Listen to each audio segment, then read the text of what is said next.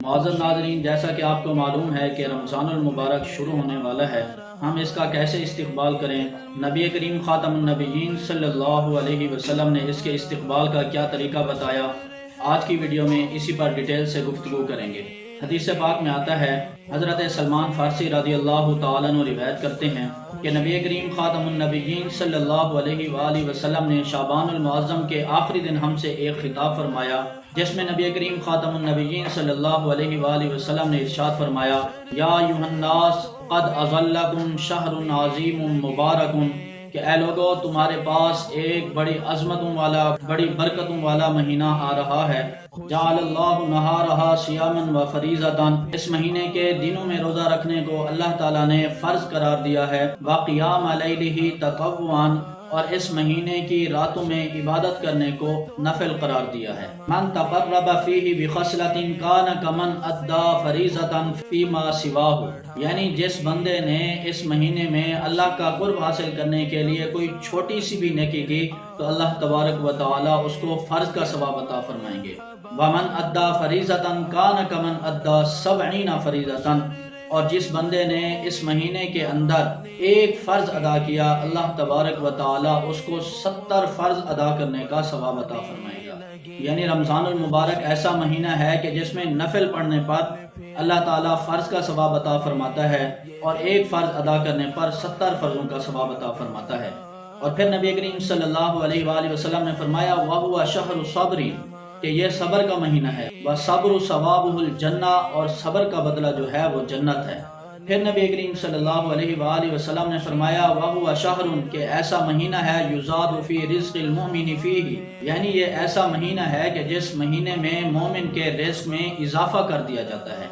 پھر نبی کریم صلی اللہ علیہ وآلہ وسلم نے ارشاد فرمایا، وَمَنْ فَطَّرَ فِيهِ صَائِمًا، کہ اس مہینے میں جس کسی نے کسی روزے دار کا روزہ افطار کروایا، کَانَ مَغْفِرَةً لِذُنُوبِهِ، تو اس کا یہ روزہ افطار کروانا اس کے گناہوں کی معافی کا سبب بنے گا۔ وَعِتْقُ رَقْبَتِهِ مِنَ النَّارِ، اور جہنم سے آزادی، جہنم سے خلاصی کا ذریعہ بنے گا۔ اور مزے کی بات، آگے اللہ کے نبی حضرت محمد عربی صلی اللہ علیہ وآلہ وسلم نے ارشاد فرمایا، وَكَانَ لَهُ مِثْلُ أَجْرِهِ مِنْ غَيْرِ أَنْ يُنْقَصَ مِنْ أَجْرِهِ شَيْءٌ، کہ روزہ افطار کرنے والے کو اتنا ہی ثواب ملے گا جتنے روزہ افطار کرنے والے کو، اور روزہ افطار کرنے والے کے ثواب سے بھی کچھ کٹوتی، کچھ کمی نہیں کی جائے گی۔ تو صحابہ کرام نے عرض کی، یا رسول اللہ صلی اللہ علیہ وآلہ وسلم، ہم میں سے ہر شخص یہ طاقت نہیں رکھتا کہ کسی روزے دار کا روزہ افطار کرائے، تو ہم اس فضیلت کو کیسے حاصل کریں؟ تو نبی کریم خاتم النبیین صلی اللہ علیہ وآلہ وسلم نے ارشاد فرمایا، من فطر صائما علی تمرۃ او شربۃ ماء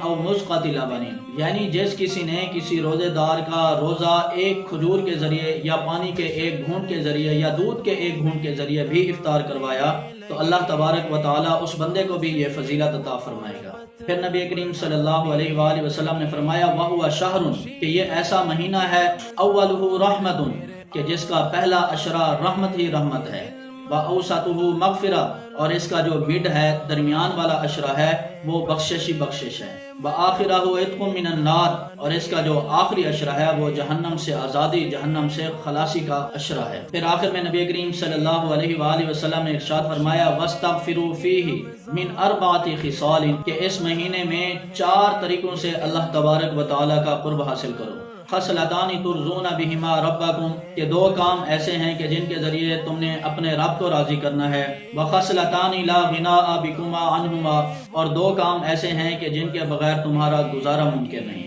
وَأَمَّا الْخَصْلَتَانِ اللَّتَانِ تُرْضُونَ بِهِمَا رَبَّكُمْ، کہ وہ 2 کام جس کے ذریعے تم نے اپنے رب کو راضی کرنا ہے، وہ ہیں شہادت وَلَّا إِلَٰهَ إِلَّا اللَّهُ وَأَنَّ مُحَمَّدًا رَسُولُ اللَّهِ، کہ اس بات کی گواہی دینا کہ اللہ کے علاوہ کوئی معبود نہیں، اور حضرت محمد عربی صلی اللہ علیہ وآلہ وسلم اللہ کے رسول ہیں۔ اور نمبر 2 پر فرمایا، وَاسْتَغْفِرُوهُ، کہ تم اپنے رب سے بخشش طلب کرو۔ فَأَمَّا الْخَصْلَتَانِ اللَّتَانِ لَا غِنَاءَ بِكُمَا عَنْهُمَا،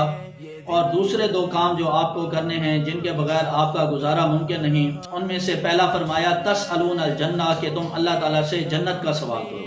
اور دوسرے نمبر پر فرمایا وَتَعَوَّذُونَهُ مِنَ النَّارِ، اور جہنم سے پناہ مانگو۔ ایک اور حدیث پاک کا مفہوم ہے جس کے اندر اللہ کے نبی صلی اللہ علیہ وآلہ وسلم نے ارشاد فرمایا کہ جو بندہ 3 بار اللہ تبارک و تعالیٰ سے جنت کا سوال کرتا ہے تو جنت خود کہتی ہے کہ یا اللہ اس بندے کو میرے اندر داخل فرما دے۔ اور اسی طرح جو بندہ 3 مرتبہ اللہ تبارک و تعالیٰ سے یہ دعا کرتا ہے کہ اے اللہ مجھے جہنم کے عذاب سے بچا لے، تو خود جہنم کہتی ہے کہ یا اللہ اس کو میرے عذاب سے بچا لے۔ تو اس لیے اس رمضان المبارک کے اندر اللہ تبارک و تعالیٰ کو راضی کرنا ہے، اللہ تبارک و تعالیٰ سے جنت مانگنی ہے اور جہنم اور اس کے عذاب سے پناہ مانگنی ہے۔